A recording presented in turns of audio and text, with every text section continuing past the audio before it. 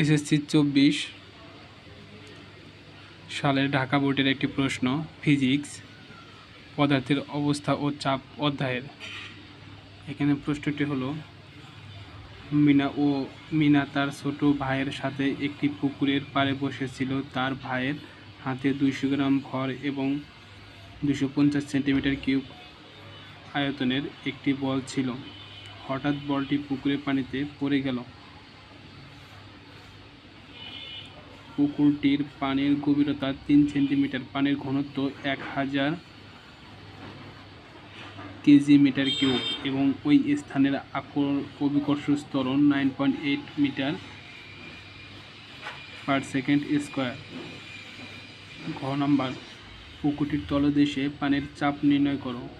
ঘ নাম্বার, বলটি পানিতে ডুবে যাবে কিনা গাণিতিকভাবে বিশ্লেষণ করো। অ্যান্সার,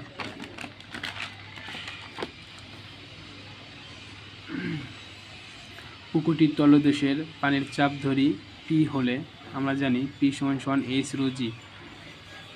এখানে এইচ সমান দেওয়া আছে 3 মিটার গভীরতা, আর রো দেওয়া আছে 1000 কেজি মিটার কিউব এবং জির মান দেওয়া আছে 9.8। সূত্র অনুসারে বসায় দিলে ক্যালকুলেশন করলে দেখা যায় যে 29,400 প্যাসকেল, অর্থাৎ চাপের একক হচ্ছে প্যাসকেল। ঘ নাম্বার অ্যান্সার ক্লিয়ার। ঘ নাম্বার বলছে বলটি পানিতে ডুবে যাবে কিনা, অর্থাৎ পানির ঘনত্বের চেয়ে বলের ঘনত্ব যদি বেশি হয় তাহলে বলটি পানিতে ডুবে যাবে, আর যদি পানির ঘনত্ব বেশি হয় তাহলে বলটি পানিতে ডুবে যাবে না।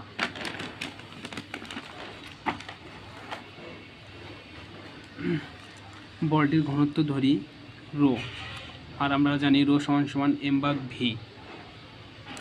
এখানে এম সমান দেওয়া আছে 200 গ্রাম, অর্থাৎ কেজিতে কনভার্ট করলে 0.2 কেজি হয়, এবং ভি সমান দেওয়া আছে, আয়তন দেওয়া আছে 250 সেন্টিমিটার পার কিউব, অর্থাৎ 250 সাথে -10⁻⁶ গুণ করলে হয়ে যাবে। এটা হচ্ছে মিটারে আনতে হবে, সেন্টিমিটার কিউবে আছে, মিটারে আনতে হবে। তো আমরা সূত্র অনুসারে জানি রো সমান এম ভাগ বি, অর্থাৎ বসায় দিলে হয়ে যায় 800 কেজি মিটার কিউব। আবার তরলের ঘনত্ব 1000 কেজি মিটার কিউব। তো এখানে দেখা যাচ্ছে যে তরলের ঘনত্বটাই বেশি, অর্থাৎ পানির ঘনত্বটাই বেশি, বলের ঘনত্ব কম, তাহলে বলটি পানিতে ডুবে যাবে না। এটাই হলো অ্যান্সার।